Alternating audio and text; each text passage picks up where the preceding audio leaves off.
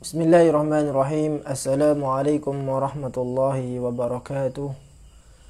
Alhamdulillahi rabbil alamin. Wassalatu wassalamu ala ashrafil anbiya'i wal mursalin Sayyidina Muhammad wa ala alihi wa ashabihi ajma'in.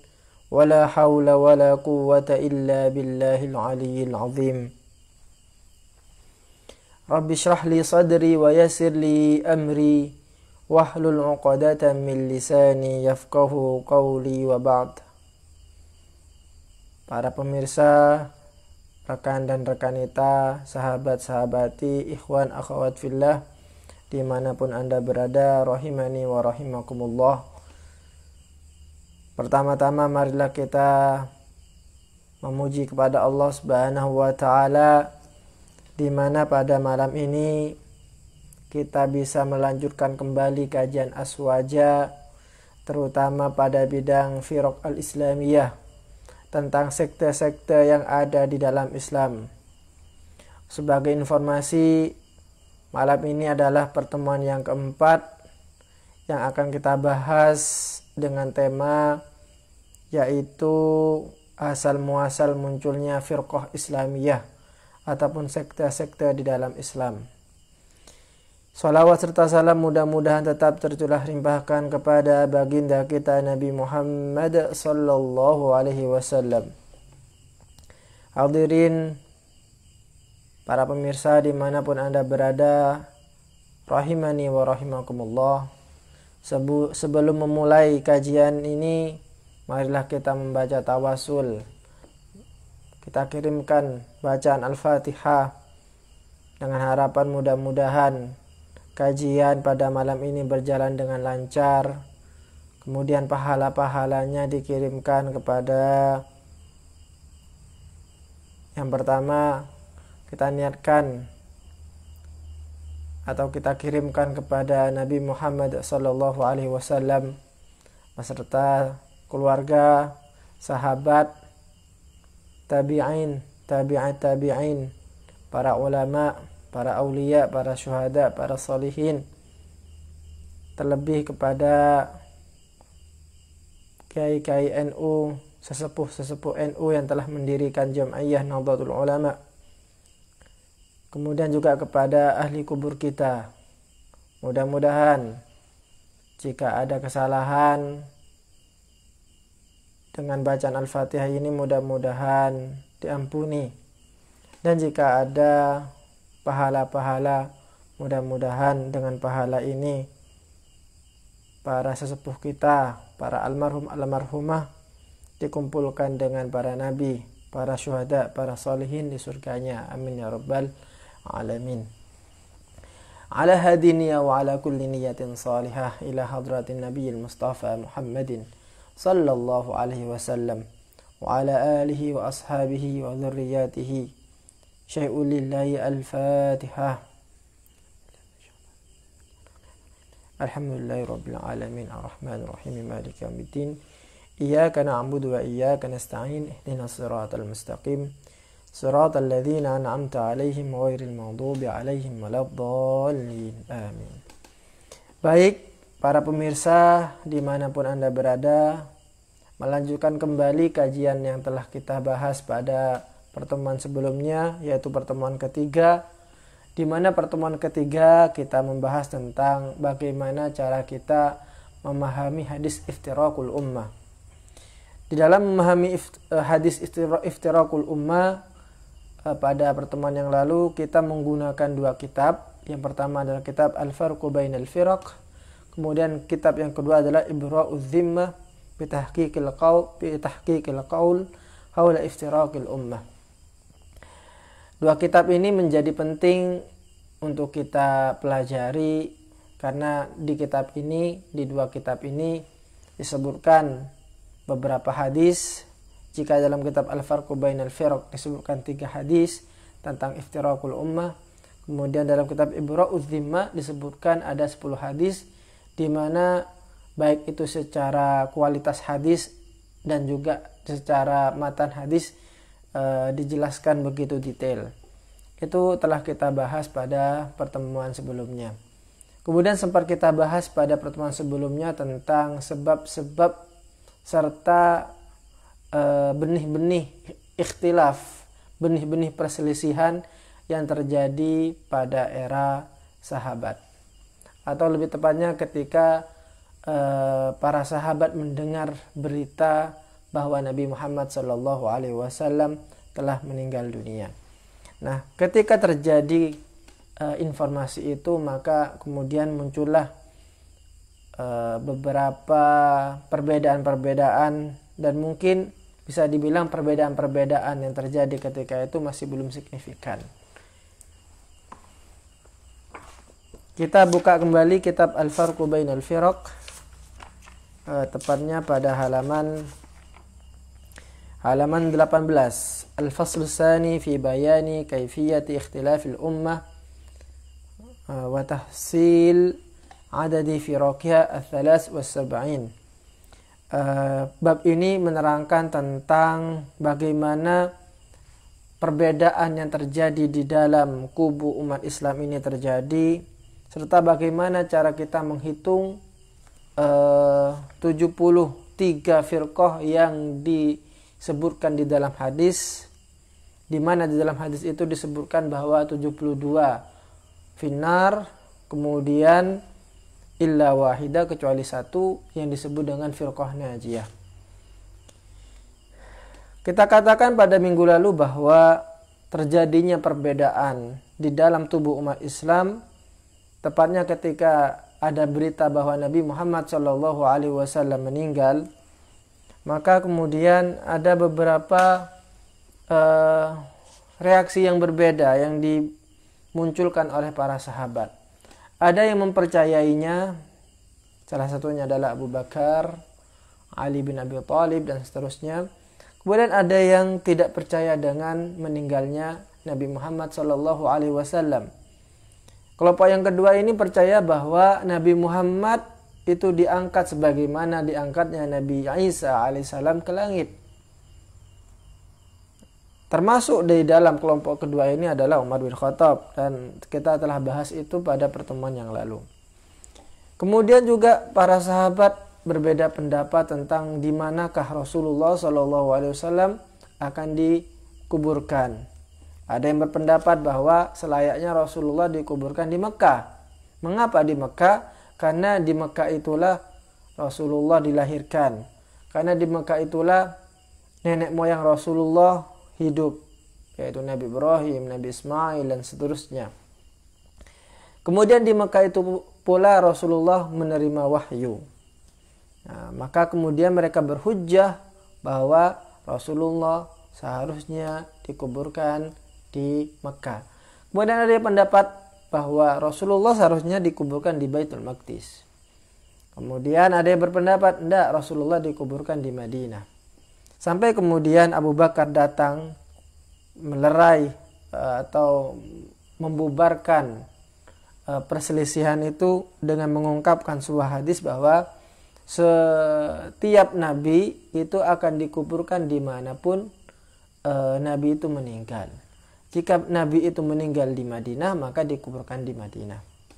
Sehingga kemudian Rasulullah atau Nabi Muhammad SAW maka kemudian dikuburkan di kamar beliau. Kemudian yang tak kalah menariknya ketika itu adalah perbedaan tentang bagaimanakah harta atau warisan Nabi Muhammad SAW. ثم اختلفوا بعد ذلك في توريث عن الأنبياء عليهم الصلاة والسلام, tentang warisan. Nah, biasa kalau kita mempelajari dalam fikih, ketika ada seseorang yang meninggal dan mempunyai harta warisan, tentu harta warisan ini dibagikan kepada ahli waris. Nah, permasalahannya bagaimanakah dengan Nabi Muhammad SAW? Ternyata kemudian para ulama, atau lebih tepatnya para sahabat ketika itu, mereka berbeda pendapat. Ada yang menyatakan bahwa Rasulullah tidak mewarisi sesuatu atau Rasulullah mewariskan sesuatu sebagaimana hukum pada asalnya. Sampai kemudian Abu Bakar datang sebagai juru penengah dan menyampaikan sebuah hadis, innal anbiya'a la yurithun, bahwa para nabi itu tidak mewarisi. Nah, di situ kemudian menjadi jelas bahwa masalah warisan itu tidak lagi menjadi sesuatu yang dipermasalahkan.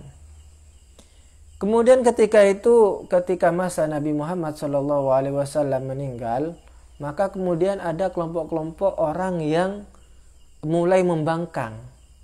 Karena mereka menganggap bahwa kekuatan Islam itu adalah ketika Nabi Muhammad hidup. Mereka masuk Islam itu karena Nabi Muhammad. Nah, ketika Nabi Muhammad meninggal, maka bagi mereka itu tidak lagi menjadi suatu kewajiban untuk berada di dalam Islam. Akhirnya kemudian muncullah kelompok orang yang murtad atau murtadin. Kelompok orang yang keluar dari agama Islam. Nah, kemudian para sahabat berbeda pendapat tentang bagaimana cara menghadapi orang-orang murtad ini. Harus dibagaimanakan orang-orang murtad ini.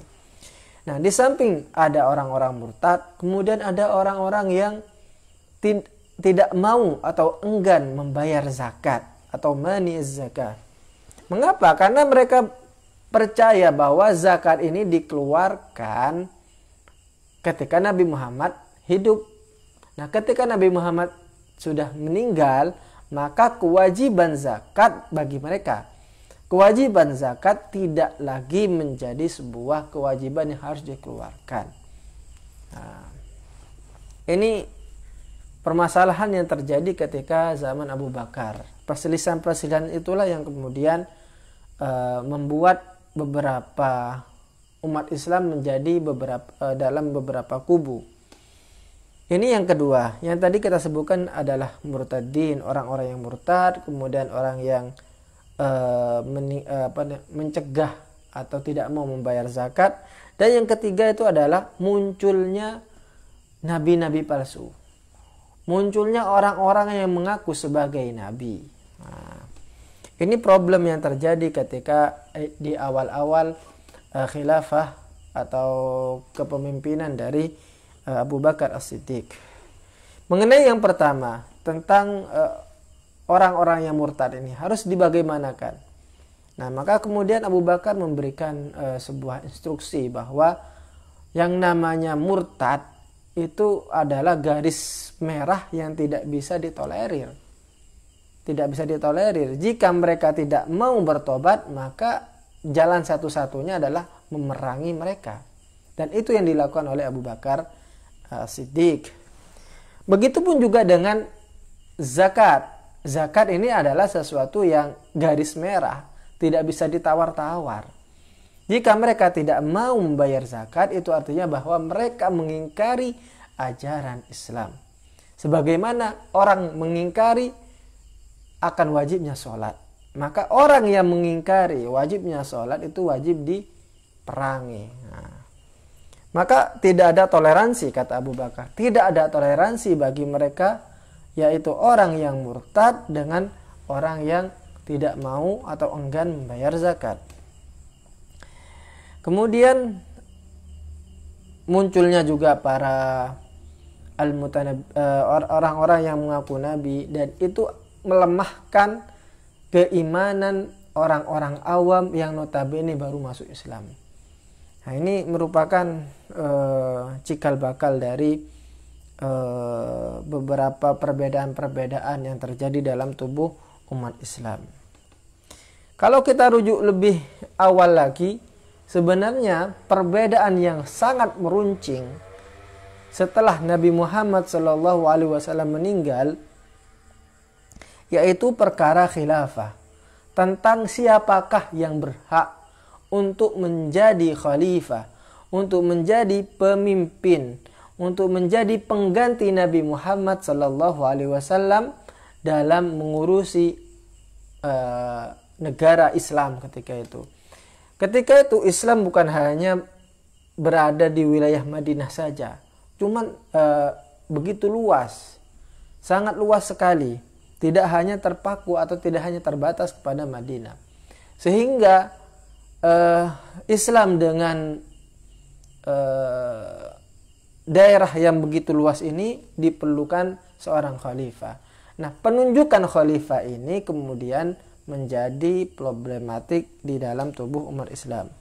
Kita baca redaksinya di sini. Tsumma ikhtalafu ba'da dzalika fil imamah.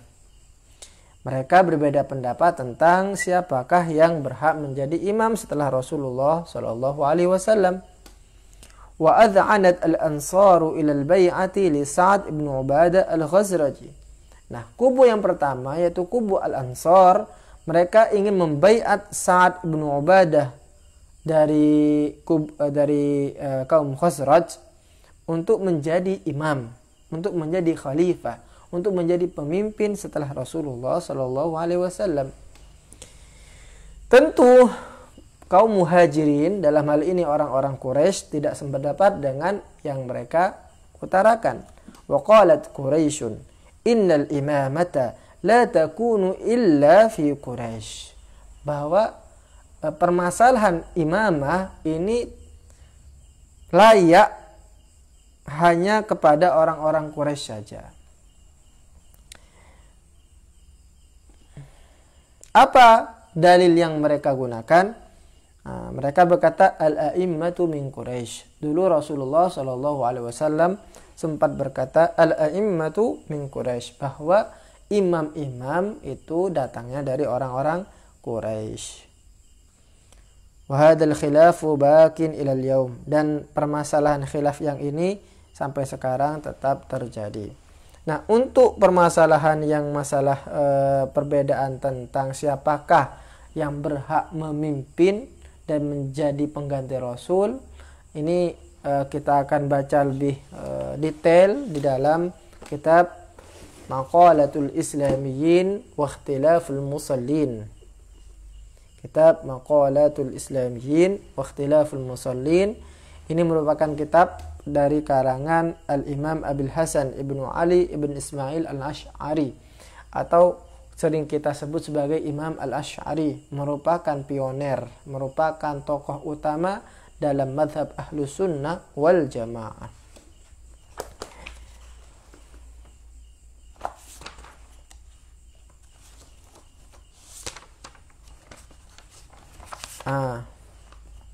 Kalau kita buka kitab yang kita sebutkan tadi, yaitu kitab Maqalatul Islamiyyin di halaman 8,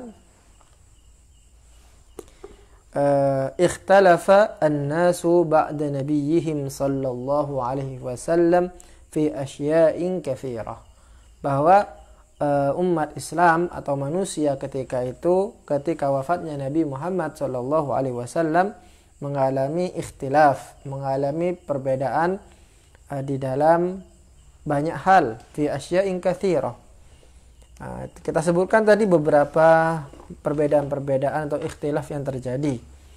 Hanya saja dari ikhtilaf yang ada itu, ada yang kemudian sampai menyesatkan, bahkan sampai mengkafirkan satu dengan yang lain.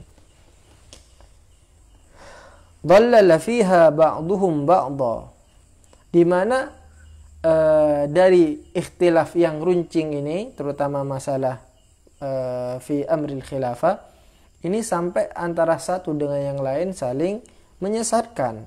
Yang satu menganggap bahwa ini sesat, dan yang lain menganggap enggak, bahwa mereka lah yang tersesat, saling menyalahkan. Wa awwalu ma hadatha min al-ikhtilafi bainal muslimina ba'da nabiyihim sallallahu alaihi wasallam ikhtilafuhum fil imamah. Nah, kalau Imam Al-Ash'ari dalam kitab Maqalatul Islamiyyin di sini menyebutkan bahwa perkara pertama kali yang terjadi dalam ikhtilaf umat Islam ini yaitu ikhtilafum bil imamah, yaitu corak pandang yang berbeda di antara para sahabat tentang al-imamah, tentang imam itu sendiri.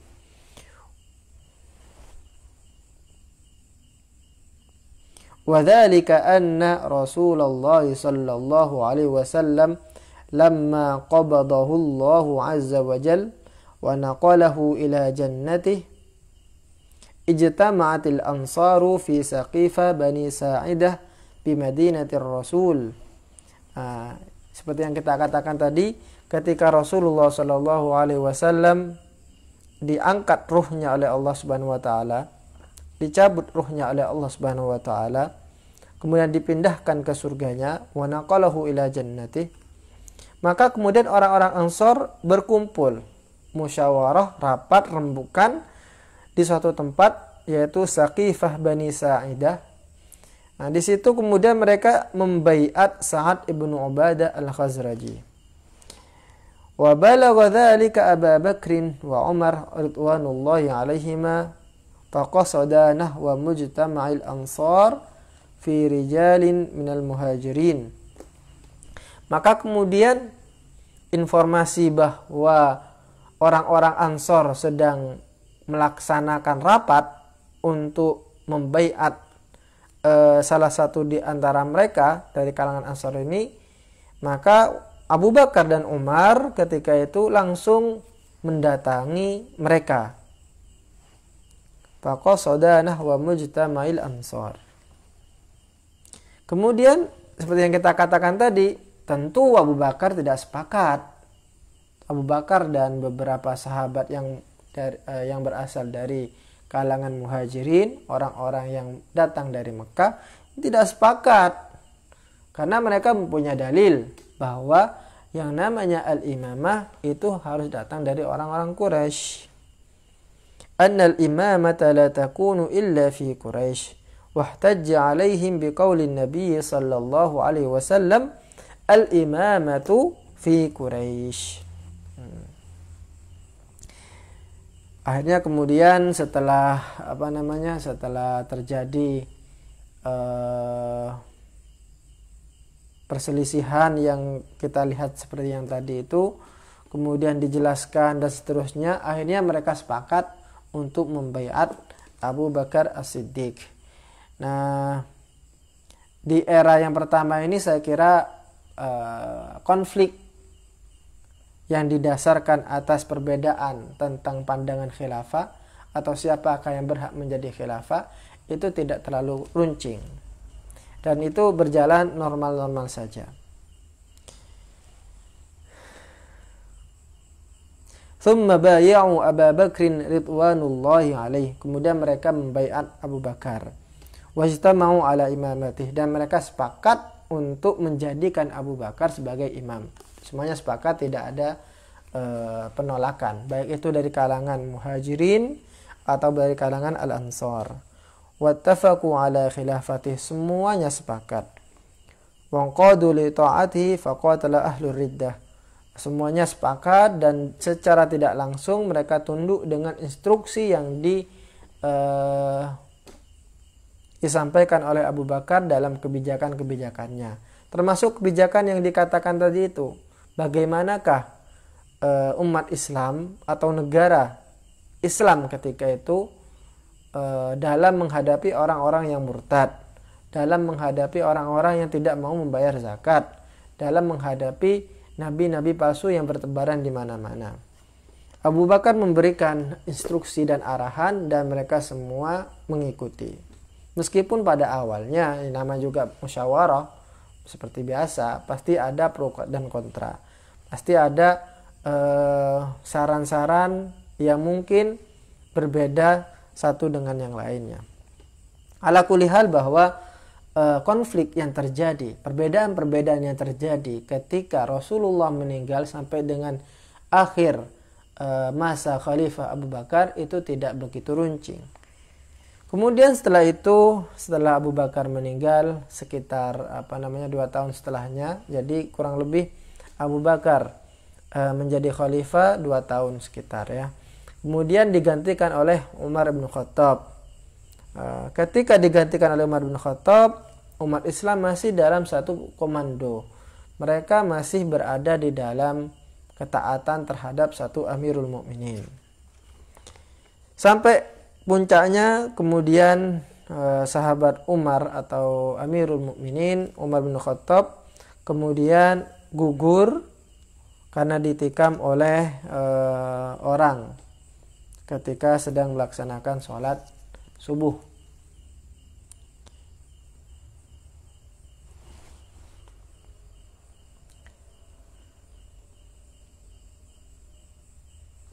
Walam yahduth khilafun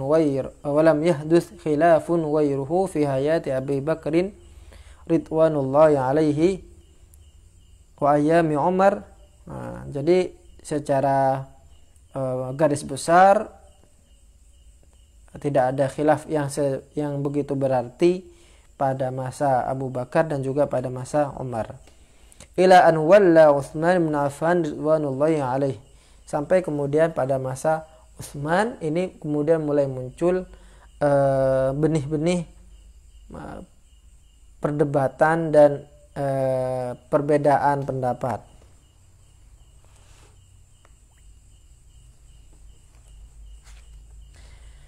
Kita lanjutkan. Wa ankara qaumun alaihi fi akhir ayyamihi af'alan kanu fi ma naqamu alaihi min dzalika mukhti'in wan sunanil dan seterusnya. Jadi ketika masa Utsman ini ada beberapa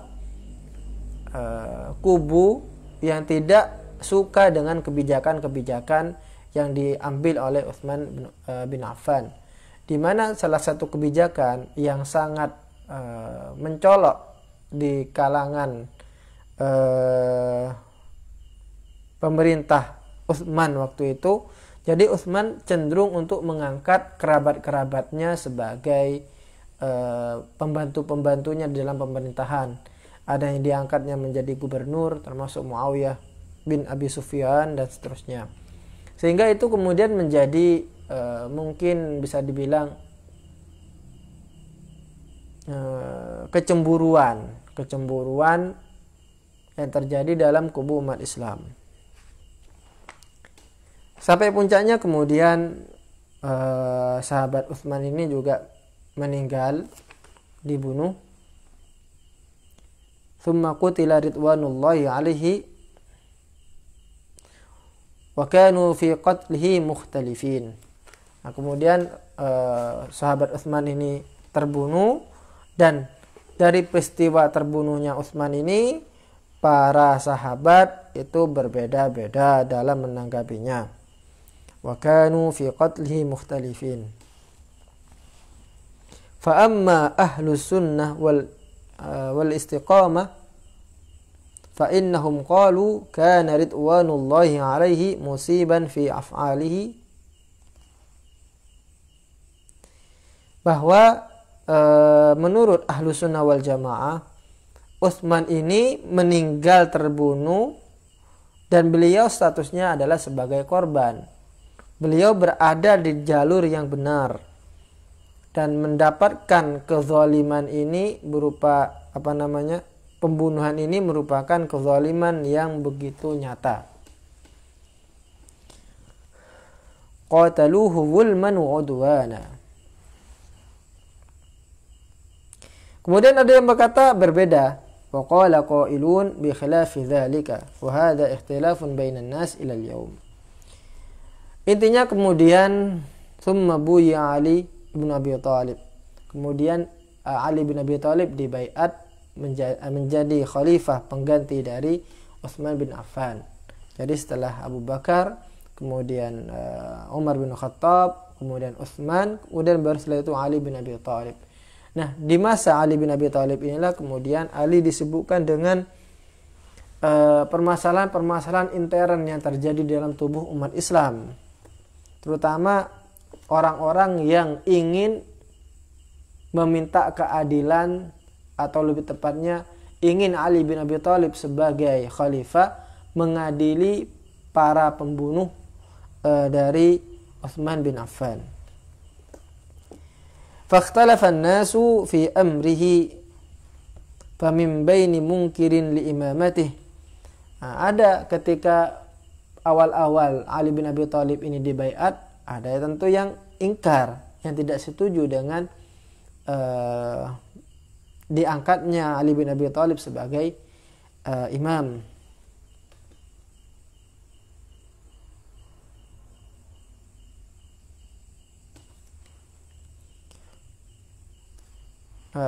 Kemudian yang sangat jelas sekali ketika zaman Ali bin Abi Thalib ini adalah ketika ada beberapa sahabat yang datang ke Ali meminta untuk supaya kasus Utsman ini diselesaikan dengan tegas. Yang membunuh Utsman bin Affan ini diminta untuk dihukum secara tegas, yaitu juga dibunuh. Nah, waktu itu Ali bin Abi Thalib berpikir kemaslahatan kedamaian masyarakat Madinah ketika itu. Yang lebih memilih untuk tidak tergesa-gesa mengeksekusi para pembunuh dari Utsman bin Affan. ثم حدث الاختلاف في أيام علي في أمر طلحة وزبير رضوان الله عليهما. Kemudian ada sahabat yaitu Tolha, Zubair, kemudian juga Aisyah ridwanullahi alaihim meminta kepada Ali bin Abi Thalib supaya menghukum orang-orang yang telah membunuh Utsman. Waktu itu Ali bin Abi Thalib, seperti yang kita katakan tadi, lebih mengedepankan aspek kedamaian daripada terburu-buru langsung menghukumi mereka dengan cara dibunuh. Intinya ketika itu terjadi perdebatan di antara dua kubu, yaitu kubu Ali bin Abi Thalib dengan kubu Tolha, Zubair, dan Aisyah. Sampai pada suatu titik bahwa perdebatan negosiasi di antara mereka tidak menemukan titik temu dan terjadilah perang yang kemudian disebut dengan perang Jamal. Perang yang terjadi di atas unta. Mereka mengendarai unta. Perang Jamal. Nah, di perang Jamal ini Ali bin Abi Thalib dan pasukannya mampu menumpas pemberontakan yang dilakukan oleh Tolha dan Zubair. Tolha dan Zubair sendiri kemudian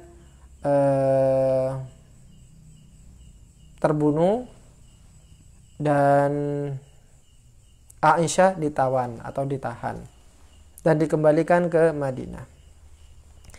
Ini gejolak yang pertama, gejolak yang terjadi antara Ali bin Abi Thalib dengan kubu Aisyah. Kemudian kurang lebih 2 tahun setelahnya terjadi gejolak lagi, pemberontakan yang dilakukan oleh Muawiyah bin Abi Sufyan yang merupakan seorang gubernur di Damaskus di Syria ketika itu. Kita tahu bahwa Muawiyah bin Abi Sufyan ini merupakan gubernur yang diangkat ketika zaman Utsman. Dan Muawiyah ini ternyata adalah sepupunya dari Utsman bin Affan. Nah, Muawiyah menginginkan sama halnya dengan Aisyah supaya Ali bin Abi Thalib dengan tegas menghukum orang-orang dan mengusut secara tuntas kasus pembunuhan Utsman bin Affan ini. Pada awalnya Ali bin Abi Thalib mengirimkan delegasinya untuk berunding dengan kubu Muawiyah bin Abi Sufyan. Hanya saja perundingan ini tidak menemukan titik temu di antara mereka dan akhirnya terjadilah perang antara Ali dengan kubu Muawiyah bin Abi Sufyan. Di dalam buku-buku sejarah dikatakan bahwa ketika itu Ali bin Abi Thalib mengirimkan kurang lebih 90.000 bala tentara untuk mengepung Damaskus. Kemudian Muawiyah mempersiapkan 120.000 tentara untuk menghadang, untuk melawan pasukan dari Ali bin Abi Thalib. Akhirnya kemudian perang pun tidak bisa terelakkan. Disebutkan bahwa perang antara Ali dengan Muawiyah waktu itu terjadi dijadikan dalam tujuh kelompok, dan yang terjadi peperangan yang dahsyat itu ketika kelompok Ali bin Abi Thalib dengan Muawiyah perang di dekat Sungai Yufrat. Nah, ketika itu pasukan dari Muawiyah ini terdesak dan kekalahan tidak bisa dielakkan. Sedangkan dari kubu Ali bin Abi Thalib, kemenangan sudah pasti nyata terpampang di depan mata. Kemudian Muawiyah bin Abi Sufyan ini meminta pendapat kepada penasihatnya. Penasihatnya itu Amr bin As. Bagaimanakah sikap kita? Apakah kita akan menyerah, bertekuk lutut kepada Ali bin Abi Thalib atau bagaimana? Amr bin As ini merupakan seorang sahabat yang cerdik, pintar dalam politik. Jadi ketika itu Amr bin As memberikan instruksi, memberikan saran kepada Muawiyah bin Abi Sufyan untuk mengangkat mushaf dan menaruhnya di ujung tombak. Sebagai apa? Sebagai simbol bahwa marilah kita berdamai. Fa'amara bil masahif faturfa. Diangkatlah mushaf-mushaf itu. Ketika melihat pasukan Muawiyah bin Abi Sufyan mengangkat mushaf ini, maka kemudian kubu Ali bin Abi Thalib ataupun prajurit dari Ali bin Abi Thalib itu berbeda pendapat. Ada satu kubu yang menyatakan, lah ayo kita ini sudah mau menang ini, tinggal selangkah lagi, kita lanjutkan. Nah, kata kubu yang pertama ini.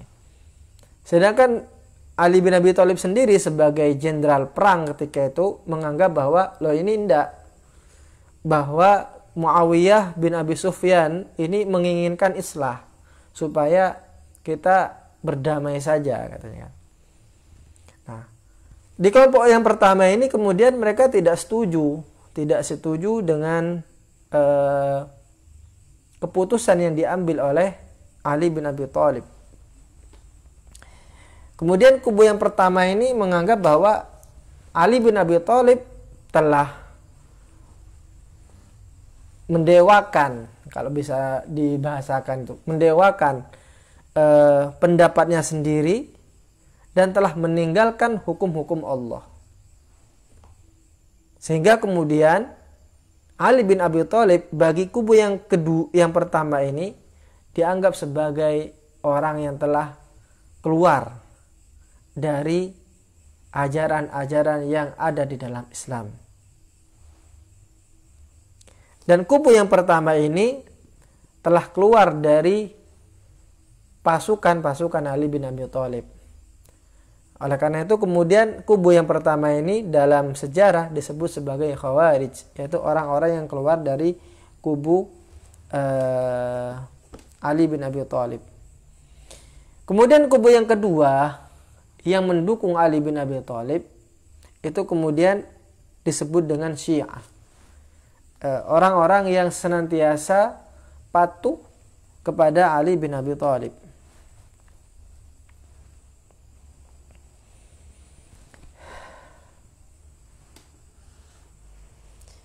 Ini merupakan cikal bakal dari firqah yang kita temukan di dalam kitab-kitab Al-Firaq Al-Islamiyah. Jadi intinya bahwa perkembangan firqah Islamiyah atau sekte-sekte di dalam Islam itu muncul tak lain karena konflik politik yang senantiasa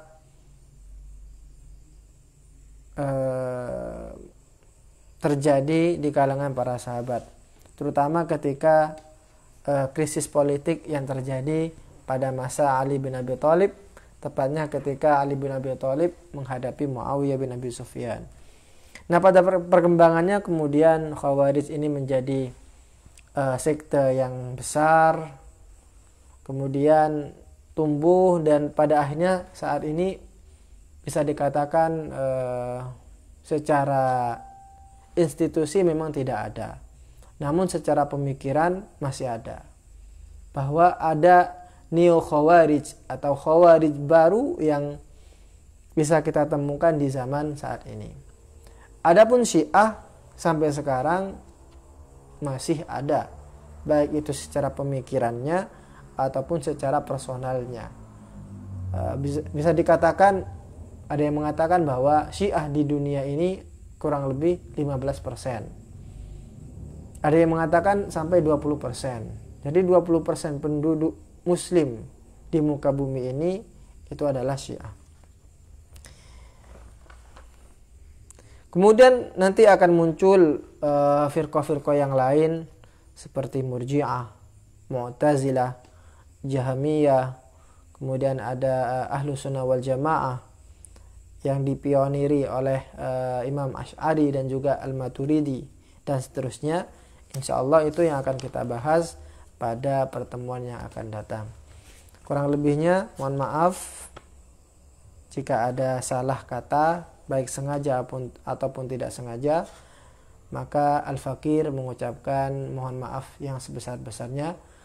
Akhirul kalam, wallahul muwaffiq ila aqwamit thoriq. Summa assalamu alaikum warahmatullahi wabarakatuh.